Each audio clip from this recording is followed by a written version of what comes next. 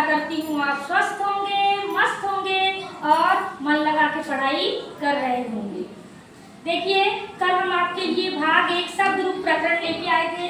आज हम आपके लिए शब्द रूप प्रकरण भाग 2 लेके आए हैं। संस्कृत में आप लोग खूब मन लगा के पढ़िएगा और अच्छे से पढ़िएगा। मेरा यूट्यूब चैनल है कविता सुरेश पवार। यूट्यूब चैनल पे आप लोग क्या कर दीजिएगा, सर्च कर दीजिएगा और अच्छे से पढ़िएगा।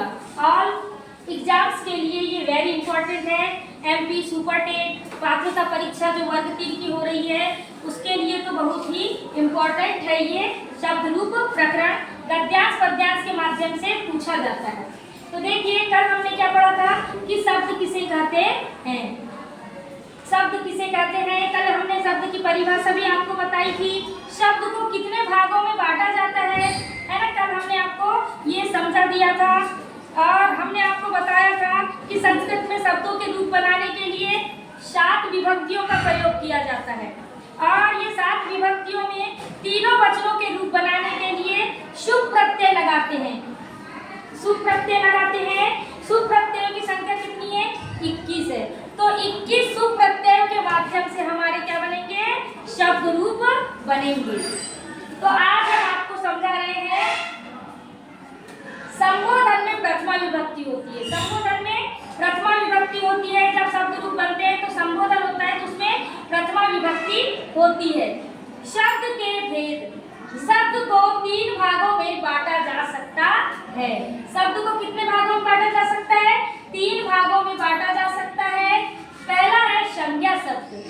पहला क्या है? संज्ञा शब्द। संज्ञा की परिभाषा भी हमने लिखवा दी है आपको। सर्वनाम शब्द और संख्यावाचक शब्द। समझ गए? संज्ञा शब्द संज्ञा किसे कहते हैं? किसी व्यक्ति, वस्तु, स्थान आदि के नाम को संज्ञा कहते हैं। सर्वनाम किसे कहते हैं? संज्ञा के स्थान से प्रयुक्त होने वाले शब्दों को सर्वनाम कहते हैं। अब देखिए संख्यावाचक। तो संख्यावाचक तो आप लोग जानते ही होंगे, 1 2 3 4 5 ये क्या है? संख्या है ना। तो अब देखिए, संज्ञा शब्द, सर्वनाम शब्द और संख्यावाचक शब्द। शब्द को कितने भागों में बांटा गया है? 3 भागों में। इनमें से संज्ञा शब्दों को पुनः 2 भागों में बांटा गया है। जो ये संज्ञा शब्द है इसको पुनः 2 भागों में बांटा गया है। तो पहला भाग है स्वरांत, जिसे अजंत कहते हैं। स्वरांत जिसे क्या कहते हैं? अजंत कहते हैं। तो देखिए, स्वरांत मतलब आप तो समझ ही गए होंगे। स्वर, जिन शब्दों के अंत में स्वर आता है उन्हें स्वरांत या अजंत शब्द कहते हैं। तो स्वरांत से स्पष्ट रूप से समझ आ रहा है कि जिन शब्दों के अंत में क्या आता है? स्वर आता है, उन्हें स्वरांत या अजंत शब्द कहते हैं। जैसे राम, मुनि, भानु, नदी इत्यादि। अब देखिए, ये क्या है? राम क्या है? संज्ञा शब्द है। तो राम, राम आ रहा है तो इसे हम कहेंगे अकारांत। क्या कहेंगे? अकारांत। आपकी परीक्षा में पूछा जाता है कि राम अकारांत है, उकारांत है कि इकारांत है। तो राम क्या है बेटा? अकारांत है। मुनि, मुनि है ना, काय की मात्रा लगी है? छोटी ई की मात्रा लगी है। काय की मात्रा लगी है? छोटी ई की। तो क्या हो जाएगा? इकारांत। क्या हो जाएगा? इकारांत।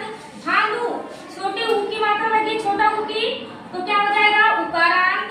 और नदी तो इकारांत।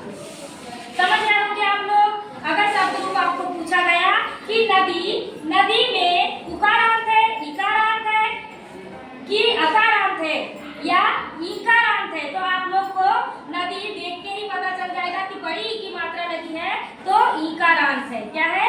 इकारांत है। अब देखिए, खा व्यंजनांत हलंत।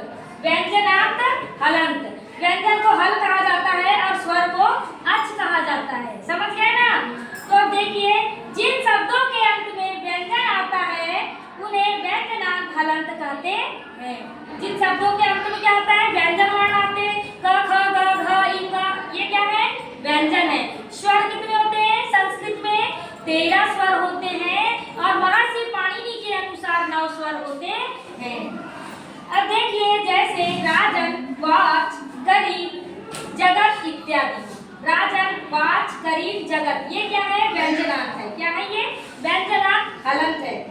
तो देखिए राजन को क्या कहेंगे? नकारांत है, ये न लगा है ना, नकारांत। वाच चकारांत, च है। अब ये क्या है? करीब, तो इसको कहेंगे सकारांत।